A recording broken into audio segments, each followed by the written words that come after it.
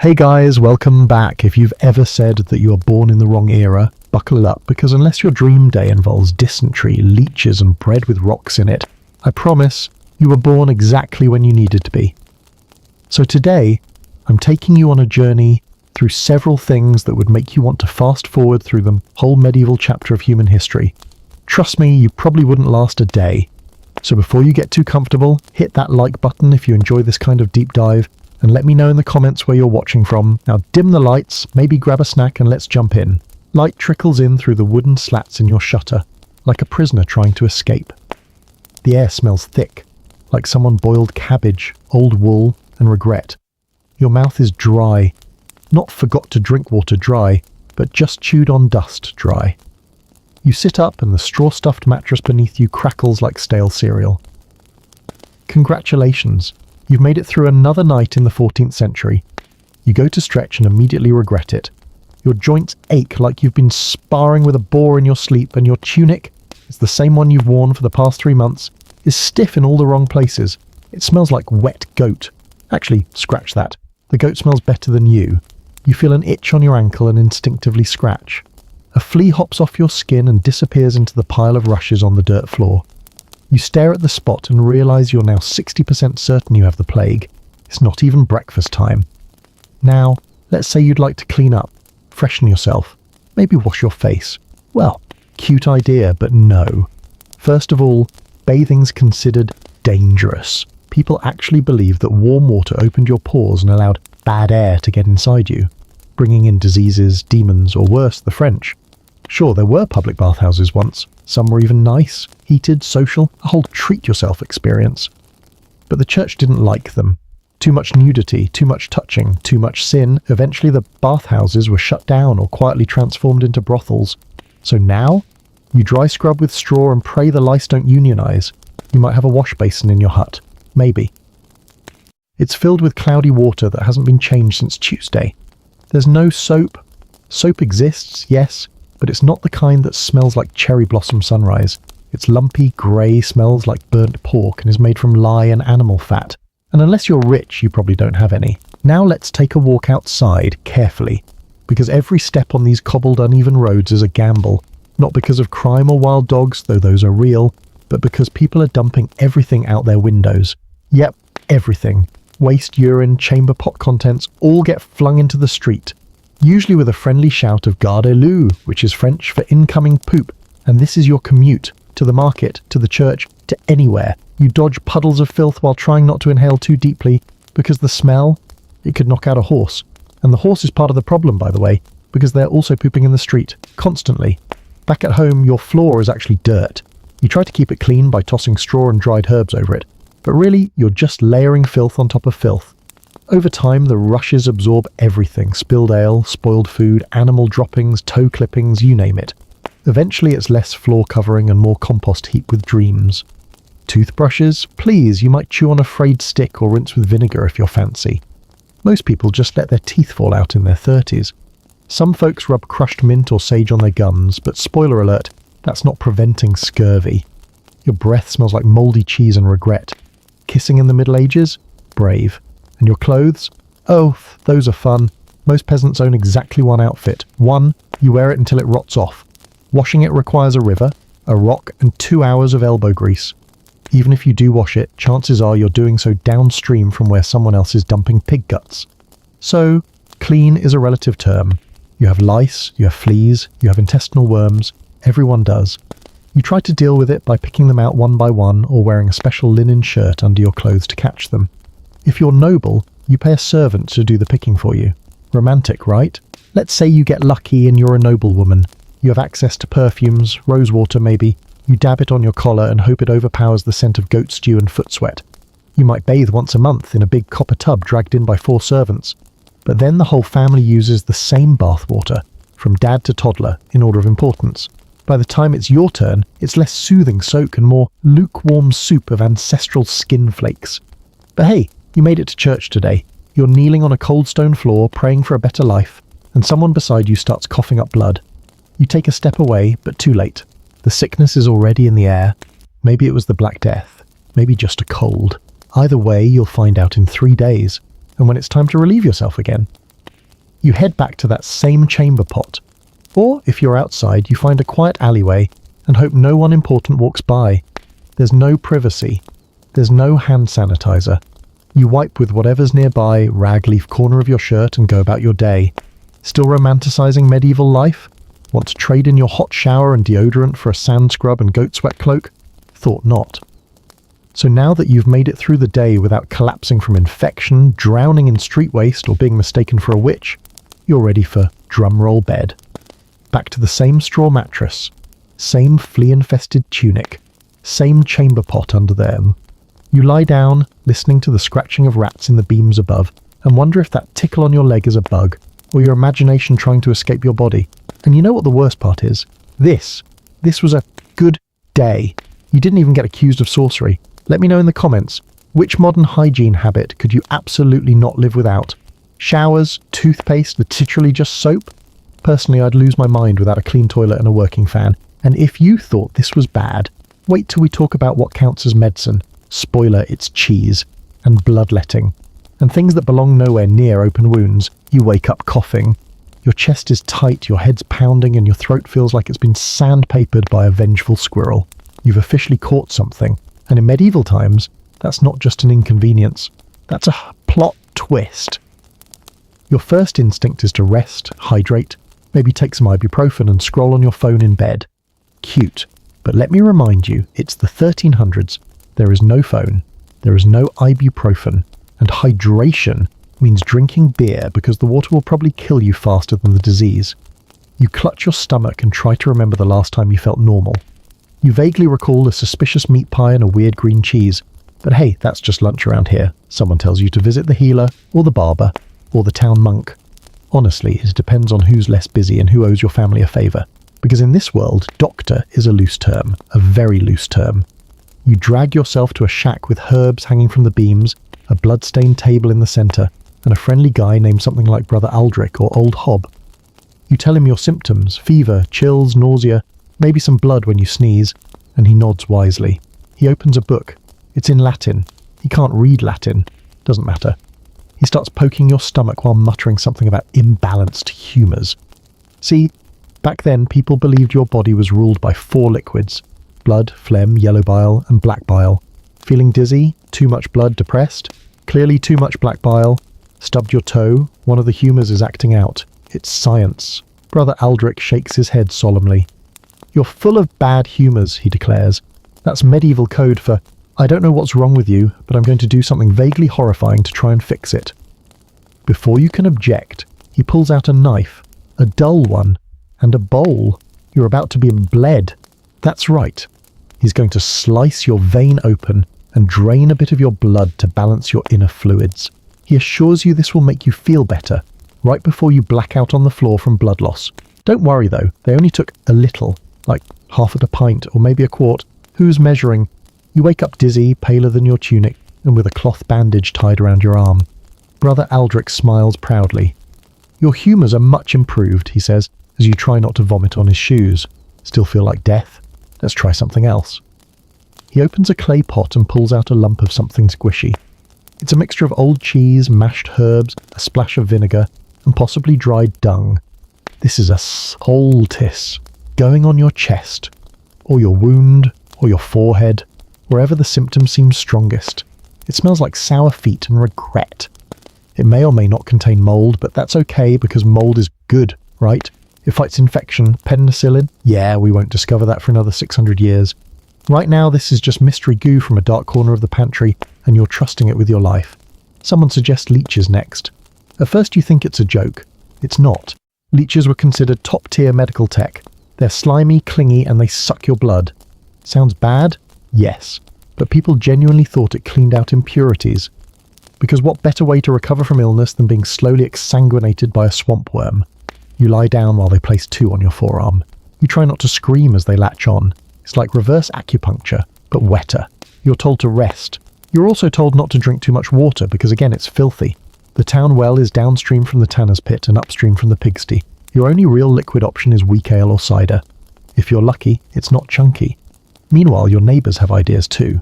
One tells you to burn sage under your bed. Another swears by smearing garlic on your feet. A third gives you a dried rabbit's foot and tells you to whisper to it before sleeping. It's part medicine, part superstition, part neighborhood gossip hour. Everyone means well, but no one really knows what they're doing. And if things get worse, if your fever spikes or you start hallucinating, someone might whisper about demons. Yes, demons, because clearly, if herbs and leeches didn't work, it's not the rat-infested house or the uncooked meat. It's possession. Your family might call a priest. He'll sprinkle holy water on your mattress, chant in Latin, and give you a chunk of bread that's been blessed but still tastes like sawdust. He'll tell you to pray harder, maybe confess your sins. You must have made God angry. God. And here's the thing, this isn't weird. This is how medicine works in the medieval world. No one knows about germs, no one sterilizes anything. No one even washes their hands. Half the people treating you still have blood on their sleeves from the last patient, and the other half believe that sneezing too hard can dislodge your soul. Eventually, you either get better on your own, or you don't. If you do, everyone credits the leeches or the cheese or the weird root you had to chew for 3 nights under the full moon. If you die, well, it was just your time. Maybe your humours were too messed up. Maybe the devil got you, or maybe, just maybe, that pie you ate had something living in it. But hey, silver lining, if you survive, you now have valuable immunity, and a killer story to tell at the next village feast. Remember that time I nearly died and old Hobbs smeared cow bile on my chest? Ha! Simpler times. Now imagine going to your local pharmacy and asking for a poultice made of mouldy goat cheese and swamp worms. Imagine being told your migraine is due to an imbalance of yellow bile, and you need to be cut open to fix it. Imagine being so sick and so desperate that you agree to drink wine infused with crushed beetles because the town apothecary read about it in a scroll once. Still think you'd survive in the Middle Ages? Comment below with which medieval treatment you think you'd survive, and which one would send you straight to the afterlife. Personally, I'd take the leeches over the mould cheese every single time. You made it through the fever. The leeches have finally stopped sucking. The cheese poultice fell off your chest last night and got eaten by the dog. And honestly, you're just glad to still be breathing. So now what? You deserve a break, some fun, a little escape from all the fleas and holy water and suspiciously moving bread. And hey, it's the Middle Ages. Surely people found ways to enjoy themselves, right? Of course they did. The problem is, most of those ways would now be considered illegal, traumatic, or a public health crisis. Let's say it's Sunday, church is over and the village is buzzing. You're wearing your cleanest tunic, still smells like goat, but slightly less goat than usual. And people are gathering in the town square. There's music, kind of. A guy with a lute is strumming the same 3 notes over and over while a child hits a pig bladder with a stick. You think it's a drum. It's not, it's just a bladder. A crowd gathers around a cart. You push through the villagers to see what the excitement is about. And boom, it's a bear. A literal bear, chained, snarling. And beside it, a man holding a stick and looking way too confident for someone who's about to fight a bear. Welcome to bear baiting, the height of medieval entertainment. The bear's been provoked all morning, teased and starved, and now it's mad. The man is probably drunk. Everyone cheers as the match begins. It's loud, chaotic, and in the first 10 seconds, someone loses a shoe. The bear loses its dignity. You lose your faith in humanity. You turn away and bump into another group gathered around 2 men with sticks. They're reenacting a historical battle. At least that's what they say. In reality, it's just a fistfight with costumes and a lot of yelling. One guy has a pot on his head for a helmet. Another is wearing chainmail made of bent spoons. The winner gets a tankard of ale. The loser gets, well, kicked in the teeth mostly. There's also jugglers, fire breathers, and a man who claims he can talk to geese. He can't. The goose just hisses and bites him, and everyone laughs. If you're in a bigger town or a travelling fair is passing through, you might even get to see a mystery play. That's where a group of actors perform Bible stories on carts rolled through the streets. Think of it as what mobile theatre, but without microphones, sets, or any sense of chill. The crowd roars as a man in rags pretends to be Lazarus rising from the dead. The priest side-eyes the actor because he might be drunk again, and last week he forgot his lines and accidentally called God a goat. That caused a bit of a scene, but it's fine. He's back this week, covered in flour and screaming about sin. Good times. Hungry? Well, if you've got a few coins, you can buy street food. What's on the menu? Pigeon on a stick, pottage that's been bubbling for 6 days straight. A meat pie with a crust so hard it doubles as a plate, and if it doesn't break your teeth, you're not eating it right. The smell is robust. Rotting fish, wood smoke, sweat. And that one guy who thinks bathing is for sinners, you hold your breath as you take a bite of something vaguely meat-adjacent and hope it wasn't rat. Spoiler, it was probably rat. You decide to walk it off and stumble into a tavern. Inside, it's dark, loud, and full of people shouting about absolutely nothing. The music is worse here. A guy wheezing into a flute while another dude plays the hurdy-gurdy like it owes him money. Everyone's drinking ale, singing songs with no melody, and slamming their mugs like it's an Olympic sport. Someone throws up. No one reacts. A brawl breaks out. Still no reaction. A chicken flies across the room. Someone cheers. You duck into a corner and sip a watery cider, trying to stay invisible. 2 stools away, a toothless woman is telling a story about a haunted cow. You pretend to laugh. She offers to read your palm. You politely decline. She does it anyway. Apparently you're cursed. Cool. For the rich folks, things aren't that much better, just fancier. They host feasts that last for hours, maybe days. The food is better, less rat, more swan. And the music is played by people who almost know what they're doing. There's dancing, but not fun dancing, more like hold hands and walk in a circle while pretending you're having a good time dancing. There's also court jesters. These were professional fools whose job was to make the nobility laugh without getting themselves executed. It was a delicate art. Tell the wrong joke, you're in the stocks, or worse, reassigned to latrine duty. And speaking of punishment, sometimes that was the entertainment. Yes, executions, public floggings, witch trials, these were considered fun events. Bring the kids, pack a snack, make a day of it. The hangman even had fans. He was like the town's grim celebrity. People would rate the execution's quality afterward like they just watched an episode of Game of Thrones. You can't believe it, but there's laughter, clapping, cheers. A guy's selling roasted chestnuts 2 feet from the gallows. A child is chasing a ferret. A man bets 5 pence on whether the thief will cry. You need air. You stumble outside and head back to your hovel, dodging a pile of manure and an enthusiastic goat. Someone's still playing that cursed lute. The town drunk is passed out in the trough. A mime is trying to do cartwheels. Badly. And as you crawl into bed, stomach rumbling, ears ringing, you realise that was a good day. You weren't arrested. You didn't get trampled by a bear. No one tried to marry you off to your cousin. You even got to eat something with a crust. You stare at the ceiling, listening to the sounds of the village settling down. Dogs barking, distant arguing, someone sobbing into a loaf of rye. And you wonder, was this fun? Because here in the Middle Ages, entertainment is less about joy and more about distraction. You're not trying to have a good time. You're just trying to forget the rats, the illness, the hunger, and the very real possibility that tomorrow you'll wake up with boils. So next time you get bored in 2025, remember? Your ancestors watched animals rip each other apart for fun, sang off-key while drinking fermented dishwater, and called that a night out. Comment below, which medieval pastime would you survive? Bear baiting, mystery plays? Would you rather eat the pigeon or the pie? Personally, I'll take the jug band with the angry goose over a live execution any day. And in Chapter 4, we're going underground, literally, into the medieval toilet system, or more accurately, the utter lack of one. Trust me, you'll want to wash your hands after that episode. If only soap actually existed. You wake up in the middle of the night. Your stomach's making sounds that no stomach should ever make. Something you ate earlier, possibly the pigeon pie, possibly the cider, possibly just the air, has declared war on your insides. You need to go urgently. Here's the problem. You live in the 1300s, and bathroom is not a word anyone understands. Let's set the scene.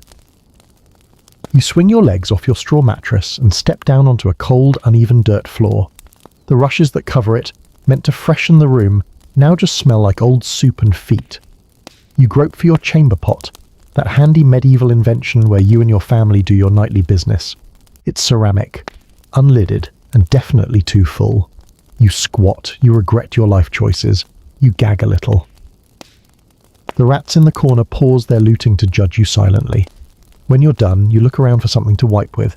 Maybe a rag, maybe straw, maybe the sleeve of that one tunic you don't wear anymore. There is no toilet paper, there's not even the idea of toilet paper. You use what you have and you do not make eye contact with it afterward. Now comes the second part of the ritual, disposal. In the morning you, or whoever's least powerful in the household, will walk to the window, open the wooden shutter, and dump the chamber pot's contents directly into the street. No sewer, no drain, just gravity and tradition. Of course, this comes with a warning cry. Regardez-le! You yell. It's French. roughly meaning watch out below, but it really just means I hope you're not wearing open-toed shoes right now, there. And you're not alone in this. Every house on your narrow street is doing the same thing. The gutters are a slow-moving river of human waste, rotting food, dead animals, and whatever fell out of someone's cart last week. In the summer, it's a buffet for flies. In the winter, it freezes into little brown sculptures that you pretend not to see. And let's talk about the smell. It's not like a bad bathroom. It's not even like a festival porta potty on day 3. It's worse. It's centuries of poor waste management fermented in a climate where nobody bathes, nothing is refrigerated, and deodorant doesn't exist yet. Now, let's say you're in a castle. You think it'll be better, right? Slightly. Castles have garderobes. These are stone or wooden seats built into the outer walls with a hole cut into them. When you do your business, it just drops down a chute and splatters into the moat or a pit below.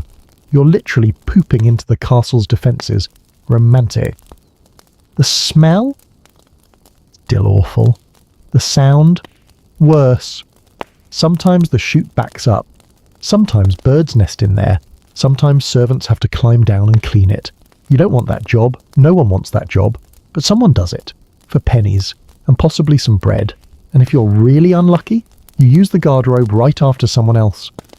No air fresheners, no courtesy flush. Just the warm, lingering breath of the last unfortunate soul and the casual smell of boiled cabbage and despair. But hey, at least it's not the cesspit. Many homes, especially urban ones, have these. They're deep holes dug into the ground behind your house where all the waste gets dumped over time. They fill up slowly and horrifically. When they do, a gong farmer is hired to clean it. Yes, gong farmer was an actual job title. This brave, nose-dead individual climbs into the pit with a shovel and a bucket and scoops out literal tons of excrement. Often at night, often in complete silence. He's both feared and pitied, and he probably smells like the end of the world. Some cities like London did try to implement rules. You weren't supposed to dump waste near wells or into public waterways. You were supposed to have your latrine cleaned regularly. But surprise, most people ignored those rules, or bribed someone, or just kept tossing poo out the window like medieval confetti. Even monasteries, homes of supposed cleanliness and order, struggled. They had troughs of water to wash hands, but those got contaminated fast. Latrines were communal. Privacy? Absolutely not. Disease? Oh, absolutely. And water? That's tricky. There were wells, of course, but they were often shallow and poorly located, sometimes just feet away from a cesspit or a tannery dumping toxic sludge. The result? Even clean water could kill you. Cholera, dysentery, typhoid. They were all waiting in your next sip. Which is why people drank ale. Low alcohol ale was safer than water. Kids drank it. Pregnant women drank it. You drank it for breakfast. It wasn't just a beverage, it was survival fluid. And even that tasted like flat bread-flavoured vinegar with a hint of shoe. Let's talk public options. Say you're on the road and you suddenly feel the need. There are no public restrooms. None. If you're in a village, maybe you squat behind a barn or in an alley. If you're in a city, you might find a corner and you do your best to be discreet. Public decency laws existed, but enforcement was laughable. The smell told you where to avoid and the stains told you where others hadn't. And heaven help you if you're a woman. You're wearing layers of fabric, tight bodices, aprons, underskirts. You can't just go. You need time, space, maybe a lookout. You'd think that might inspire better sanitation, but no. You just had to be quicker and sneakier. Or, if you were lucky, you had a maid to assist with the process. If not, you guessed it, squat and pray. Now imagine you're sick. You've got food poisoning, or dysentery, dickery. You can barely walk, there's no indoor plumbing, no soft lighting, no heated seat. You just crawl to the pot or out the door and hope the rats don't take it personally. It's in these moments that you really appreciate the wonders of modern life. The humble flush toilet, the sink with warm water, the peppermint hand soap, the fact that you can go in peace without someone yelling, "Guard Lou," above your head. So comment below, what modern bathroom luxury would you never give up? Is it the toilet paper? The fan? Just the privacy? Because back in the day, using the bathroom was a full-body spiritual experience involving smell, sound, chimney, and sometimes splinters. And in Chapter 5, we're talking about what you ate, or more importantly, what you thought you were eating. Because when your bread might break your teeth or your cheese glows in the dark, food becomes a game of chance. See you at the table. bring your appetite, and maybe a few leeches. It's morning. You survived another night. No fevers, no rats in the bed, just near it. Your stomach growls, and it's not that polite little rumble. It's full-on dragon mode, time for breakfast. You sit up and remember, tragically, that you're still in the Middle Ages. And here, breakfast is not eggs and toast or a cheeky croissant. It's bread. Just bread. Sometimes stale, sometimes mouldy, sometimes rock hard and used the night before as a doorstop. You gnaw at it anyway, teeth grinding like wagon wheels. You dip it in ale. Yes, ale for breakfast, to soften it up. If you're lucky, there's a smear of lard or maybe cheese on top. And by cheese, I mean something that's halfway between edible and sentient. It's grey, it's damp, and it smells like someone insulted a goat and then buried the insult in the ground for 3 weeks. Welcome to the medieval diet. Let's start with bread. Bread is life, bread is everywhere. But not all bread is created equal. If you're a noble, your bread is white and fluffy, sifted through fine cloth and made with expensive wheat flour. If you're a peasant, your bread is dark, dense, and filled with bits of straw, bark, or whatever was swept off the mill floor that morning.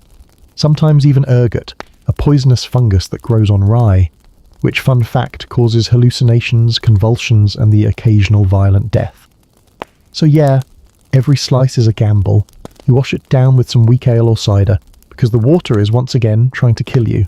And congratulations, that's breakfast. By midday, you're starving again.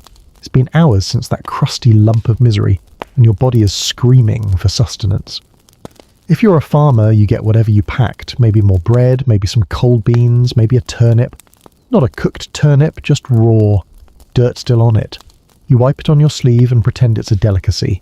If you're part of a household, especially a servant or someone working the manor, you might get pottage. This is the medieval equivalent of soup, except it's less meal and more sludge.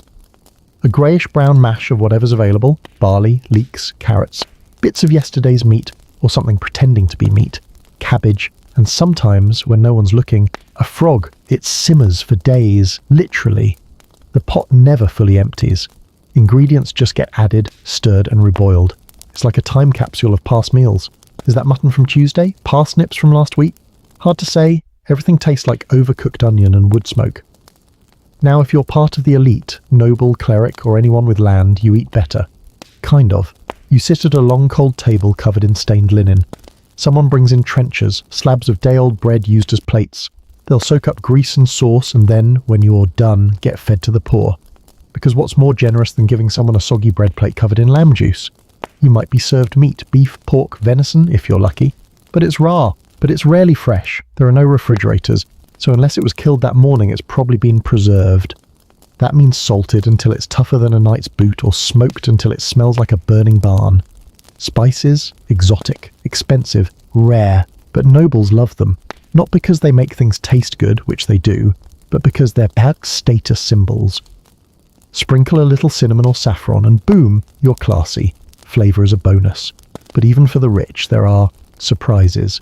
Ever heard of a lamprey pie? It's eel, baked into a crust. Eel, with blood sauce, served cold. That was a royal delicacy. Also, peacock, boiled, roasted, redressed in its feathers, and served on fire. It looks impressive until you bite into it and realise it tastes like tough turkey covered in burnt glue. And then there's the fish. Because during fast days, Fridays, Lent, dozens of holy days, you couldn't eat meat. So the church encouraged fish, tons of fish, salted fish, dried fish, fish pie, fish pudding, pickled herring, and let's not forget, fish custard. Yes, that existed. Inland, fish was trucked in over days. It smelled by the time it got to your plate. People added vinegar, spices, garlic, anything to cover the decay. You still tasted it, and don't even think about sweets. Sugar is rare and imported. Most people get their sugar fix from honey if they're lucky. A noble might get fruit tarts or marzipan.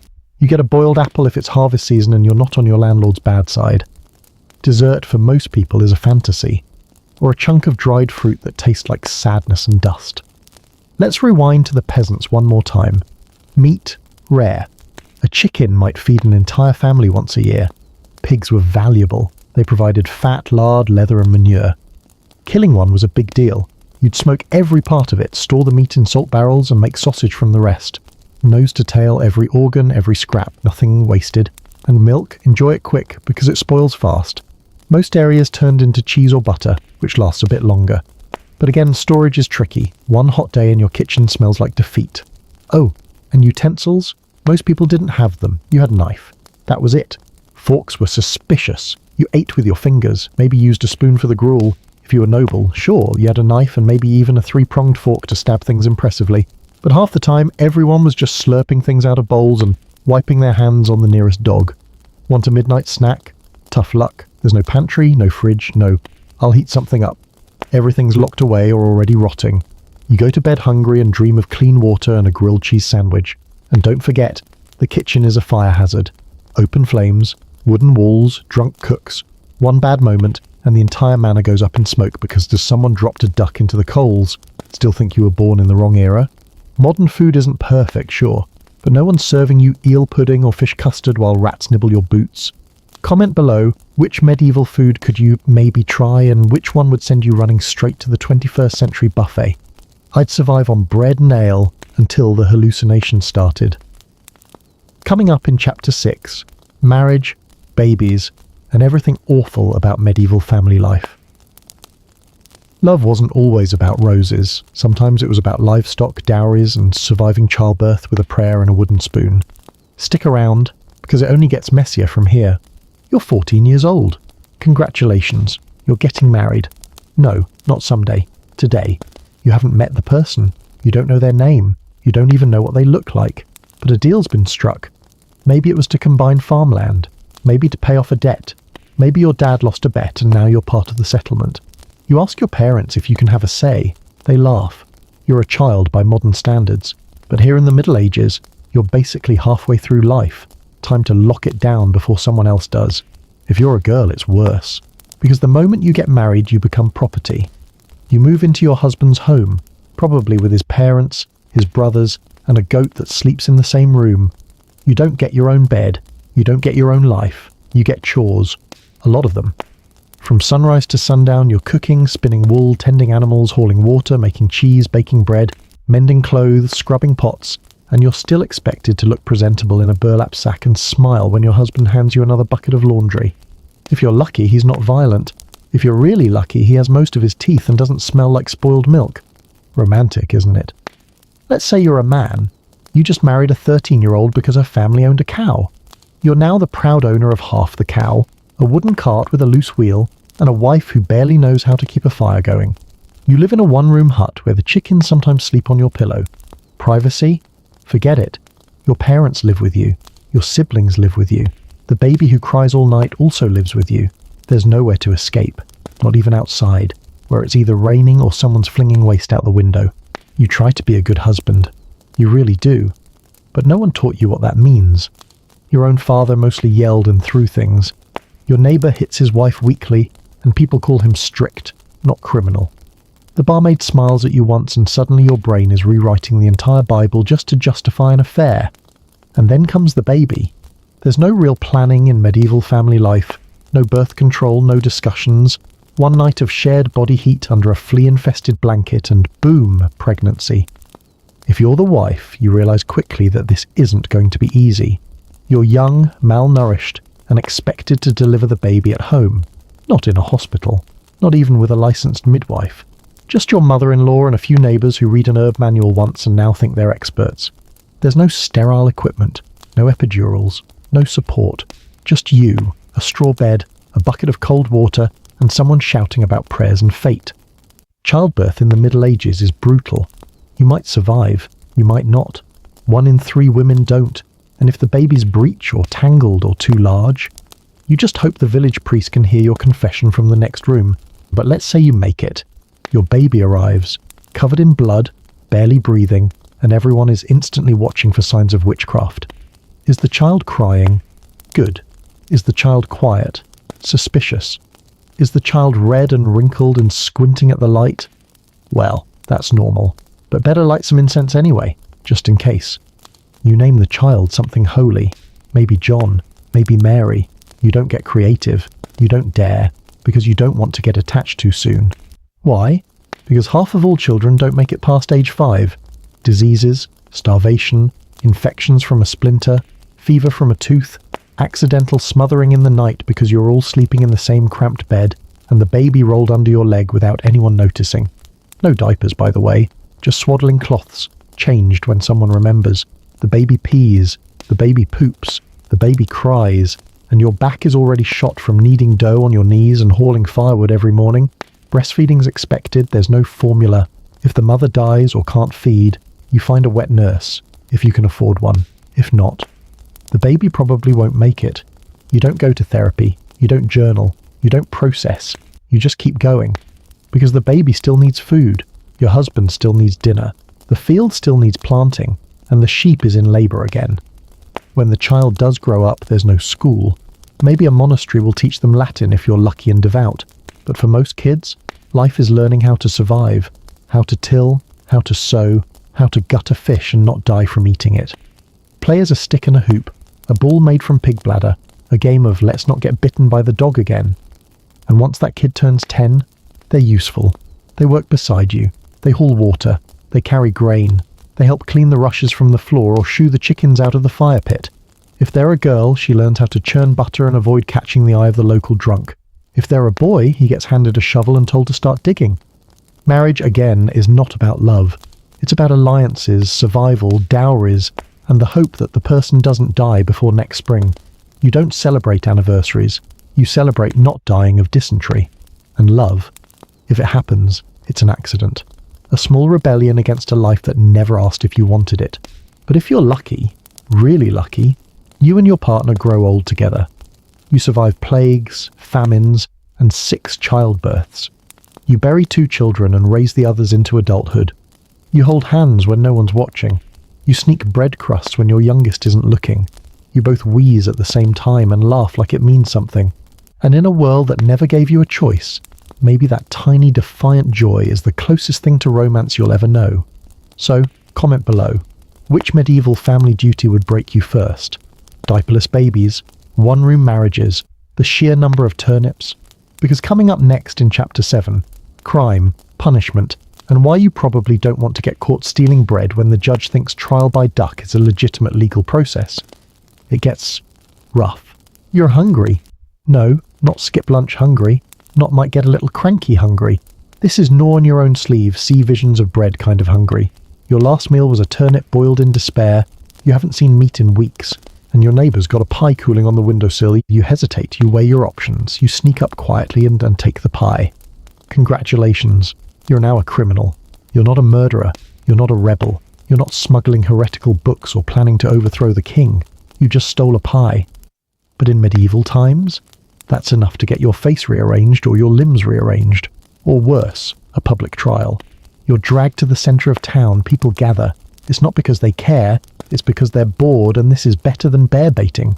You try to explain. I was starving, you cry. I have children, someone yells back. I am a child, and now it's a spectacle. The local judge arrives. His robe is slightly burned. His wig smells like soup. He looks at you like you're a beetle on his boot. He opens the book of laws. It's not in English. He can't read Latin, but he pretends. Because medieval justice is mostly vibes. You get asked questions. The crowd yells. Someone throws a cabbage. The judge nods solemnly and says, "Let God decide." You're about to face a trial by ordeal. Let's start with trial by hot iron. A classic. Here's how it works. You're handed a red-hot metal bar. You walk 3 paces while carrying it in your bare hands. Then they wrap your hands in cloth and wait 3 days. If the wound is healing, you're innocent. If it's festering and disgusting, guilty. Spoiler, everything festered. This is a time before antibiotics, a time before soap. You could get gangrene from a handshake. So yeah, your pie crime just earned you a one-way ticket to the Infection Olympics. Not spicy enough? How about trial by water? You're tied up and thrown into a river. If you sink and drown, you're innocent. If you float, you're a witch. Either way, you're wet and possibly dead. Justice. You protest. You cry. You scream about common sense. They throw you in anyway. Let's say the judge decides to go light on you. Maybe you're not tossed into a lake or burned at the stake. Maybe you're just put in the stocks. Sounds easy, right? Just sit in some wooden planks for a few hours. Wrong. The stocks are a public punishment. Your hands, feet, and sometimes head are locked in place. You're completely exposed. And the crowd, oh, they don't waste the opportunity. You're pelted with rotten vegetables, insults, possibly urine, children throw rocks, adults throw judgment, and your legs start to cramp around hour 3. If it rains, tough. If birds land on you, tougher. If a goat starts licking your face, that's your new life now. You sit there for hours, maybe days, no food, no breaks, no dignity. But hey, at least you're not in the pillory, which is like the stocks but more vertical and humiliating. And if your crime was worse, maybe you were caught poaching the Lord's deer. That's serious, because nothing makes a noble angrier than someone touching his deer. The punishment? Losing a hand? Or an ear? Or having your nose slit? Want to know what class you're in? Count your limbs? Did you cheat on your spouse? Oof! The church is watching. Adultery might earn you public penance, walking through the streets barefoot, covered in ashes, begging forgiveness. Or they might shave your head, or brand you. Or if you're a woman, make you wear a sack and ring a bell shouting, "I have sinned." Fun times. Oh, and speaking of sins, let's talk heresy. Say you mention something different. Maybe you think the Bible shouldn't only be in Latin. Maybe you think the priest shouldn't own 3 horses while half the village eats moss. Suddenly you're on trial. You're accused of consorting with demons. You get interrogated by people in robes who speak only in terrifying whispers. Torture is an option. A very common option. Thumbscrews, the rack, iron boots, branding irons, all legal, all blessed, all very much designed to help you remember your sins until you confess them, even if you didn't do anything. Now imagine you're actually guilty of a major crime, like murder or treason. There's no forensic science, no DNA, just witnesses who may or may not be drunk, a trial that lasts 15 minutes, a punishment that lasts the rest of your short life. You're marched to the gallows, or the chopping block, or, if they want to make a real show of it, you're hanged, drawn, and quartered. Let's unpack that. First, you're hanged, but not until you die, just until you almost die. Then you're cut down, still gasping. Then you're disemboweled, while conscious. Then they cut off your parts. Then they burn them. Then they chop you into 4 pieces and mail them to different cities as a warning. All for speaking out against the king. Still nostalgic for the good old days? And if you're poor, well, you're always guilty. The rich can bribe, bargain, or run. You're stuck. The law wasn't written for you. It was written about you. Justice is what the landowner says it is. The sheriff is his cousin. The priest owes him money. The jury is 3 guys who want your cow. Sometimes people are punished just to prove that someone was punished. And sometimes, just to keep things spicy, they punish your corpse. If you died before trial, they might still burn your body, or hang your skeleton, or dig you up and throw you in a ditch with no grave marker. You don't get peace. You get a final medieval middle finger. So next time you think getting a parking ticket is bad, remember, in the 1300s, you could be executed for stealing a loaf of bread and not apologizing quickly enough. Comment below. Which medieval punishment would you survive? Stocks, public shame, trial by let's see if you float? Personally, I'd fake a Latin fit and hope they think I'm holy. Coming up next in Chapter 8, let's talk work, because being alive is hard enough, but being alive and expected to shovel dung for 16 hours a day while getting paid in onions, that's a whole new level of pain. See you in the fields, friend. Bring gloves. You wake up to the sound of chickens fighting under your bed. Your back hurts, your legs hurt, your eyelids hurt, but there's no time to complain. The rooster is crowing, the sun is up, and your landlord expects rent in wheat by next week. So you drag your aching, flea-bitten self out of bed and prepare for another full day of unpaid labour disguised as survival. You're a medieval peasant, which means your job is everything. You're a farmer, a builder, a herder, a brewer, a carpenter, a weaver, a midwife when someone's desperate, and a dentist if you have strong thumbs and a hot poker. Day yours starting with the fields. You grab your wooden plough, it's broken. You fix it with rope and silent prayer. Your ox is missing a horn and hates you. The soil is hard, wet, and full of rocks. You dig anyway. For hours. In the rain. With your hands when the tool breaks again. You plant barley, you plant onions, you plant dreams of someday moving to a slightly less muddy village. All while covered in manure from both ends of the ox. Your boots are soaked. Your clothes are stiff, your nose is running. You blow it into your sleeve and keep going. You break for lunch if you can call it that. Some crusty bread, a dried beaten ale that tastes like someone strained it through their sock. You sit on a stump and stare into the void. Across the field, a neighbour is arguing with his cow. The cow is winning. If you're a woman, your day is even longer. You wake up before dawn to light the fire, which takes at least 3 attempts and some desperate whispering to the gods of kindling. Then it's off to milk the goats, feed the pigs, sweep the dirt floor, yes, sweep the dirt, bake flatbread, make cheese, spin wool, and make sure your toddler doesn't crawl into the fire again. You might spend the day at the river washing clothes, slapping them on rocks while trying not to fall in, or helping with harvest, or collecting herbs, or helping another woman give birth in the corner of a pigsty because she went into labour while mucking out the pigs. That actually happens. There is no such thing as a day off, or sick leave, or weekends. Every day is the same. Work, eat, pray you don't die, repeat. If you're slightly more skilled or just unlucky, you might be an apprentice. Let's say you're training to be a blacksmith. That sounds cool, right? Until you realise it means hauling iron, working next to a furnace hot enough to boil your sweat, and being yelled at by a man named Godfrey whose only vocabulary is curse words and grunts. You'll clean his tools, sleep on the floor, and occasionally get to hammer something, maybe, after 7 years, if you survive. Want to be a cooper? That's a barrel maker. You shave wood, bend it, hammer it, and slice your fingers on iron hoops every 5 minutes. Your reward? You smell like wet oak forever, and everyone blames you when their beer leaks. Or maybe you're a tanner. Congratulations. You now work in rotting animal skins, soaking them in urine and lime. The stench is so bad your friends stop talking to you, your spouse cries at night. Even the rats keep their distance. But the leather's nice, so no one really cares. The only upside, you're rarely robbed, because no one wants to be within 10 feet of you. You could try your hand at masonry, building stone walls with no gloves, no scaffolding, and no concept of safety protocols. One wrong step and you're part of the wall forever. Want to be a baker? Great. You get up at 2 a.m, work over a fire hotter than the devil's armpit, and get blamed when someone's bread comes out weirdly lopsided. Never mind that the flour was half sawdust and the yeast came from the previous baker's beard. And let's not forget the gong farmer. We talked about him before, but it bears repeating. He cleans cesspits, with a bucket, at night, sometimes naked to save the clothes. He's the unsung hero of the medieval sewage system. And by unsung, I mean people actually sing about how bad he smells. Entire songs, with choruses. But hey, maybe you're not a commoner.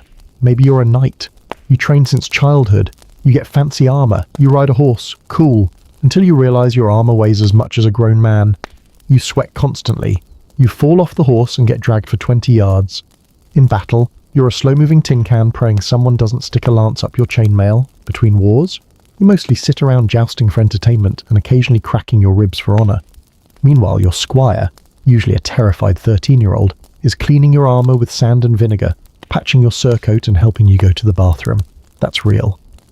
If you're part of the church, your work depends on your rank. Monks copy books by hand, tend gardens, and live by strict schedules of prayer, study, and silence.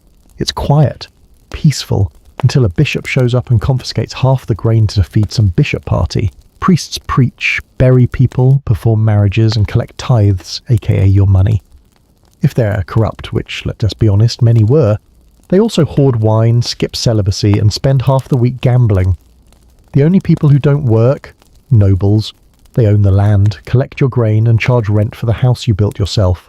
Their work consists of hunting, hawking, feasting, and occasionally ordering someone's hand chopped off for stealing firewood. It's a full life, so now it's nightfall. Your body feels like it was chewed up by an ox and spit into a ditch. You smell like sweat, yeast, and barnyard stew. You sit by the fire staring into the flames. Your hands are blistered, your knees are mud, your dinner is bread again. And tomorrow, you'll do it all again. So next time you clock into your job and sigh at the blinking screen, remember, at least you're not tanning leather with urine, or harvesting barley with a rusty sickle while your shoes dissolve into the mud. Comment below, what's your current job and would you survive its medieval version? If you're in customer service, you already might. In Chapter 9, we're talking medicine, or rather, the attempt at medicine. Because when the doctor shows up with a dead frog, a bucket of leeches, and says this'll fix your spleen, you know you're in trouble. You'll want a blanket and a strong stomach for this one. You wake up with a fever. Your skin is hot, your stomach is twisting, your head feels like it's full of bees, you can barely stand, something's wrong. Your mother gives you a look that says, well, this is how it begins. You're 26, you've outlived half your village, and now you've got a cough and a rash and everyone's already planning the funeral. Except, wait, there's hope. Because here comes the doctor, except he's not a doctor. Not like you'd imagine. He doesn't have a degree, he doesn't wash his hands, he hasn't bathed since the king's last coronation, but he wears a robe, he's got a pouch of dried frogs, and he is very confident. Diagnosis time. He pulls out a chart with 4 blobs of colour and tells you your humours are out of balance. No, not your mood. Your humours: blood, phlegm, yellow bile, and black bile. According to ancient theory, these control everything. Your health, your personality, your horoscope, maybe even how good your bread turns out. You're clearly too hot. So he prescribes bloodletting.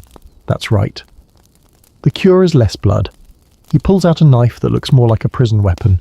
You lie down on a wooden table. No anesthesia, no gloves, just vibes. He makes a cut on your arm and you start leaking, a lot. Good, he says. This is the sickness leaving you. You begin to pass out. Excellent, he adds. The balance is being restored. You wake up 2 hours later with a bandage made from old linen and a room that smells like death stew. You're paler, sicker, but definitely quieter. So they assume it worked. If you don't get better, the doctor returns. This time he brings leeches. Yes, actual worms, slimy, wriggling, enthusiastic little vampires. He plucks one from a damp jar and sticks it directly on your skin. It begins sucking and sucking and sucking. You're not sure if it's helping, but you're now emotionally damaged and bleeding from 5 locations. Still sick? Time for herbs. Now don't get excited. This isn't a relaxing cup of chamomile. This is wild hedge medicine, dried mugwort, crushed beetroot, powdered wormwood, mixed in wine or animal fat and rubbed into your gums or poured into your ears. Sometimes they add urine. Sometimes it's your own. Sometimes it's someone else's. They don't tell you which. You learn not to ask. If your symptoms include hallucinations or seizures, things take a turn, you might be labelled as possessed. Now you're not just sick, you're spiritually compromised. Enter the priest. He shows up with incense and holy water. There's chanting, possibly shouting. He might tie you to a bed. He might burn sage. He might start smacking you with a cross while yelling, "Begone, foul pensive spirit!" Spoiler, the seizures continue. They assume you've sinned.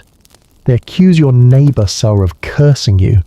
They dig up your grandmother's grave just to check for signs of witchcraft. Things spiral. Someone gets accused. Someone gets banished. You're still in bed, sweating through your straw mattress, asking for water, and they're arguing about devil moles. Let's say you have a different issue, like a broken leg. You fell off the ladder while fixing your roof. Bad luck. You hobble into the village. A barber surgeon greets you. Yes, the barber. The guy who cuts your hair is also your orthopedic specialist. He sharpens a knife, gives you a leather strap to bite down on and says, "This'll sting." You scream for several hours. He wraps your leg with linen, honey and prayer. He tells you not to walk for a few weeks. You still have to walk. If your wound gets infected, and it will, they might try cauterization. That means pressing a red-hot iron to your skin to burn away the bad. You pass out. They say that's normal. You wake up with half a leg and 3 new phobias. Now imagine you're a woman giving birth. This was covered in chapter 6, but it bears repeating. There's no hospital, no sterile sheets, no clean water, just screaming, herbal steam, and your neighbour whispering Hail Mary over and over. If the baby comes out the wrong way, you die. If the baby doesn't cry, it might be a demon, or unlucky, or both. And God help you if the placenta doesn't come out. The midwife reaches in, with bare hands, possibly holding a spoon. You die of infection 3 days later. Funeral's on Thursday. Bring your own turnip. Now let's say you get the plague. Oh boy. It starts with a headache, then chills, then giant black boils good in your armpits and groin. You smell like rotting meat, and people start avoiding you like you're a walking curse, which in their eyes, you are. They quarantine your house, nail the door shut. You're inside with your dying relatives and a pile of mouldy bread. No one comes to help. If you're rich, you might get a doctor in a bird-like plague mask, filled with herbs and rose petals. He looks terrifying. He gives you more leeches and tells you to burn all your clothes. You die anyway. The town buries you in a mass grave. If you survive, you now have permanent scars, a new appreciation for rats, and a 1 in 3 chance of being blamed for witchcraft. Still romanticizing the medieval life. Some medical practices almost worked. Honey had antibacterial properties. Certain herbs helped with pain. But for every 1 good idea, there were 10 absolute nightmares, like drinking mercury or putting a dead mouse on your toothache. Real suggestion? Mouse, tooth? Done. So when you get the flu today and you lie in bed sipping Sprite and watching Netflix while messaging your doctor on an app, be grateful. Because back then, getting sick meant dice rolling with death, and your best case scenario involved bloodletting, swamp tea, and a barefoot priest shouting in Latin while goats wandered through the house. Comment below, which medieval treatment would you never try? Leeches? Iron? Magical poultices made of crushed frog and mouldy barley? And don't miss chapter 10, because if you thought medicine was gross, wait until you hear about death itself. The funerals, the fears, the plagues, and why you probably ended up as soup for the local rats. Trust me, it's the darkest chapter yet. You wake up, dying. You don't know it yet, but something's wrong.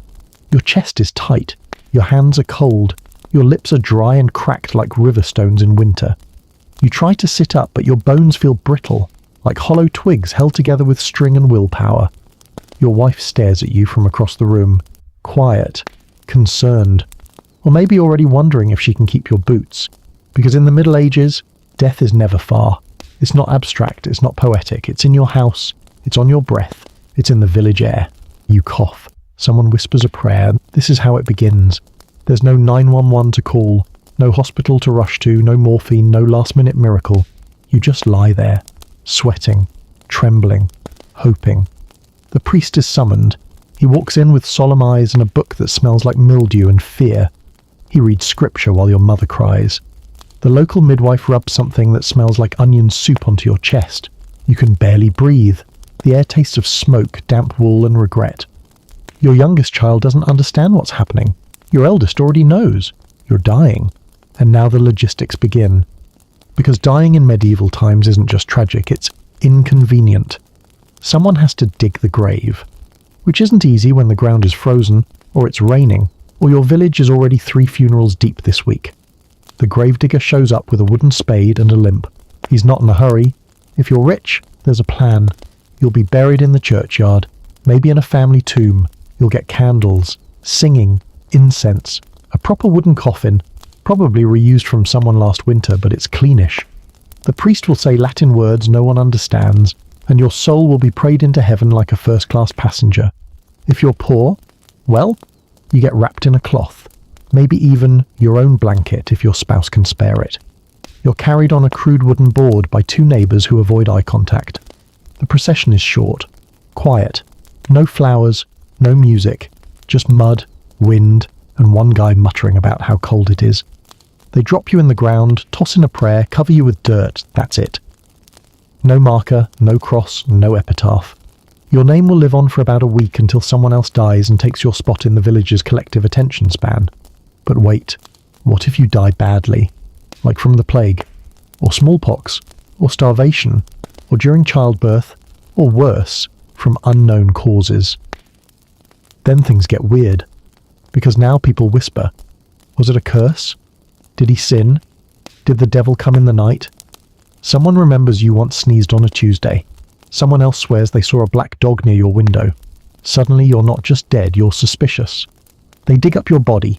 No, really. If they suspect foul play, or worse, witchcraft, they might exhume you, just to check if your corpse looks unnatural. Too much colour in the cheeks? Must be possessed. Too little rot? Vampire. Missing a toe? Probably demons. They cut out your heart, burn it, scatter the ashes. They call it protection. You call it a second death. During plague years, death is industrial. There are carts. Wooden, squeaky, splintering carts that go door to door. A man rings a bell calling out, "Bring out your dead." Your loved ones wrap your body in whatever they have, curtains, cloaks, old sacks, and roll you onto the cart. No one touches you. No one says goodbye. You're dumped in a plague pit. A mass grave, hundreds of bodies, piled like kindling, covered in lime to stop the smell. No headstones, no candles, just silence. The earth becomes a sponge, soaking in the weight of too many goodbyes. And even if you survive the illness, good luck. You're grieving. You're traumatized. You watched your sister collapse in the street and now sleep on the floor so the memories don't crawl into your dreams.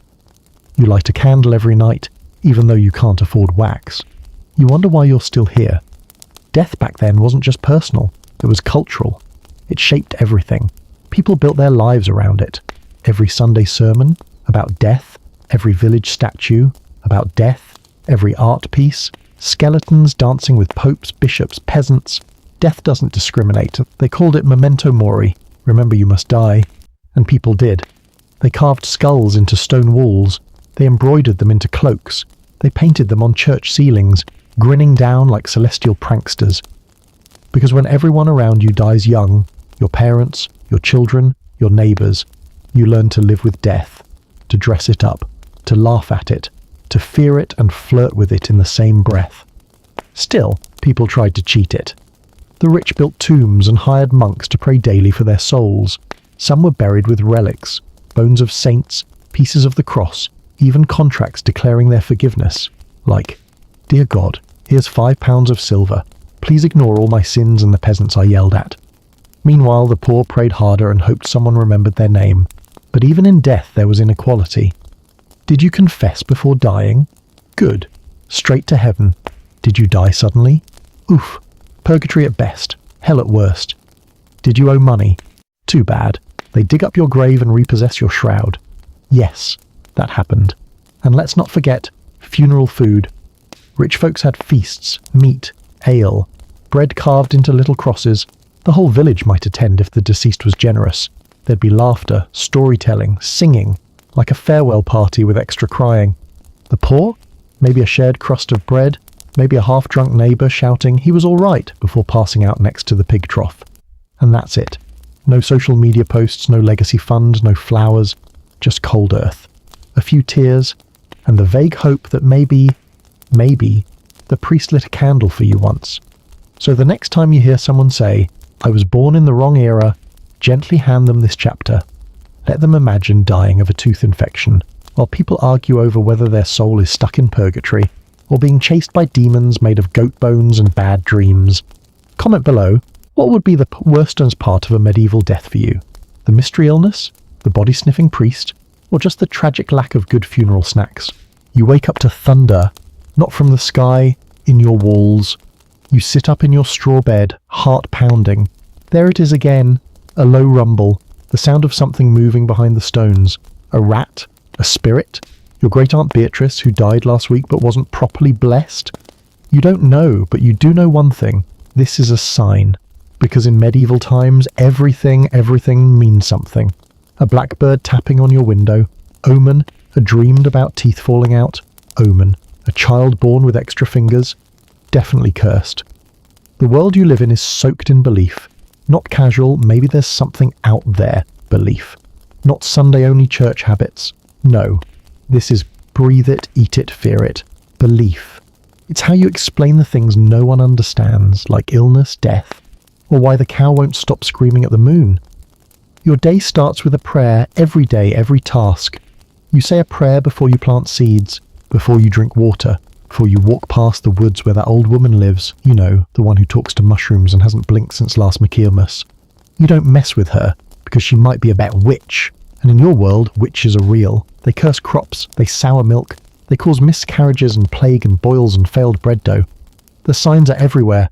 Too much wind, a pig born with 2 tails, your brother's yazzed, sudden nosebleeds. It all points to one thing. Maleficium. Evil magic. And how do you know if someone's a witch? Well, she's usually poor, old, lives alone, talks to cats, maybe helped someone give birth and the baby died. That's enough. That's all it takes. The villagers gather.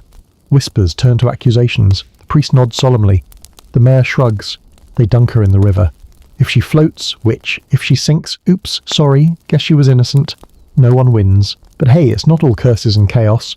You also believe in what? Protection. So you hang a sprig of rosemary over the doorway. Carry a saint's tooth in a leather pouch. Nail a horseshoe above the barn. Rub garlic on your neck when you go to market, just in case the merchant is possessed or the eels are enchanted. Superstition isn't optional. It's all survival. Feeling sick? Time to visit the local whilst cunning woman. She's not officially approved by the church, but she knows things. Herbs, stones, moon cycles. She burns sage and makes a paste of nettles and pig fat and tells you to sleep with it under your tongue. You do it. You don't ask questions. Because it might work. And even if it doesn't, the priest will come tomorrow and wave holy water at your bed and chant in Latin until your fever either breaks or you do. The church is everywhere. It owns land, it collects tithes, it decides what's true and what's heresy. You go to mass even if you're dying of dysentery. You kneel on cold stone and listen to a man in robes talk about sin and redemption and how your suffering is actually all good for your soul. You believe him, not because you want to, because you have to. If you sin and don't confess, eternal damnation. If you die without last rites, eternal damnation. If you skip Sunday service 3 weeks in a row, your neighbours whisper. The priest visits. Someone might say the word excommunication, and that's worse than death, because hell is very real in your mind, and in your art, and in your dreams. You've seen paintings of it. Grinning demons, screaming souls, boiling pits. You've heard the stories. The man who stole a coin and woke up with scorpions in his eyes. The girl who kissed a monk and was dragged into a black hole during a thunderstorm. So you confess everything, constantly, even if you didn't do anything. Forgive me, Father, for I may have accidentally enjoyed that pie too much. Forgive me, Father, I dreamed about a tree with breasts. What does that mean? You light candles for your dead relatives. You pray to saints for every minor need. St. Elmo for sailors, St. Apollonia for toothaches, St. Drogo for coffee and unattractive people. Yes, really. You walk miles to see relics, bits of bone, cloth, hair, housed in ornate gold boxes and said to have powers. Some cure blindness, some guarantee safe childbirth, some just smell nice. You believe because belief gives order to the chaos. A storm? It's not just weather, it's punishment, or warning, or a cleansing. A bad harvest? God's will. A punishment for sin? Or someone didn't pray hard enough during Lent. A knight falls off his horse and breaks both legs? Someone clearly looked at him wrong. You don't have the science, you have stories. You step outside and instantly regret it. The wind hits your face like a slap from a cold, wet ghost. The sky's the colour of boiled wool, and there's a smell in the air. Not a smell like, oh, someone's baking bread. No, it's the smell of mud, sheep, smoke, and something rotting slowly under a pile of leaves. You blink. It's raining, or snowing, or possibly both. Welcome to medieval weather. There's no forecast, no 5-day planner, no sunny with a chance of cosy vibes. You look to the sky, squint at the colour of the clouds, maybe sniff the breeze and mutter, feels like death, and that's the most accurate report you'll get. Some days the sun just disappears. Not for an hour, for days. The fog rolls in so thick you can't see your hand in front of your face. You tie a rope from your door to your barn just so you don't wander into the neighbour's cow pond by accident. Again. Other days, bright sun. You think, oh, thank God. You head out to work, start tilling the field, and boom! Hailstones the size of quail eggs start dropping like God's playing marbles with your skull. The thing is, the weather isn't just uncomfortable, it's dangerous. A good year, and your crops grow. You eat. You might even smile once or twice. A bad year, drought, flood, frost in spring, your wheat dies, your sheep get hoof rot, your family starts rationing mouldy apples and debating whether leather is technically food if you boil it long enough. And there's no one to blame. You can't yell at a weather app. You just look up at the clouds and assume God is mad again, or maybe someone didn't go to church last week, or a witch cursed the wind, or it's punishment for your neighbour's goat stealing incident. Everyone has theories. None of them help. You remember what happened last winter. It snowed early. Hard. The kind of snow that makes grown men weep into their jerky. Your firewood ran out in January. You burned furniture. You burned old tools. You burned a bench that had been in your family for 3 generations. And still, your toes turned black. Your neighbour's baby didn't make it. And someone's chimney collapsed under the weight of frozen regret. Even in summer, you're not safe. The heat comes down like punishment. No breeze, no shade, just you, sweat, and the haunting smell of yourself. Water becomes precious. Wells dry up. The stream turns to mud. Animals die. People start hoarding water in buckets and hiding them like treasure. And then comes the real nightmare. Famine. It doesn't happen every year, but when it does, it changes everything. You eat your stores, then your neighbour's generosity, then things that shouldn't be food. You grind bark into flour. You boil grass. You eat whatever's left of last autumn's beets, even though they've sprouted little arms and look like they want revenge. People start whispering about cannibalism. You don't ask questions. You just keep your door locked and pray for spring. And spring does come, eventually. But it's not like the Instagram springs we imagine. It's muddy, relentless, a soggy grey mess. The snow melts and everything floods. The roads vanish. The bridge collapses. The pigs float through the village like confused boats. Your house leaks. The roof was made of thatch, and the rats have been chewing it all winter. So now it's rain above, mud below, and wind whistling through every crack in your walls like a ghost with performance anxiety. You try to patch things up with moss and string. It doesn't work. Even good weather is suspicious. Too much sun, the crops burn. Too little, they rot. The balance is impossible. You live at the mercy of sky tantrums and ground moods. If you say something like, "At least the weather's nice today," someone slaps you for jinxing it.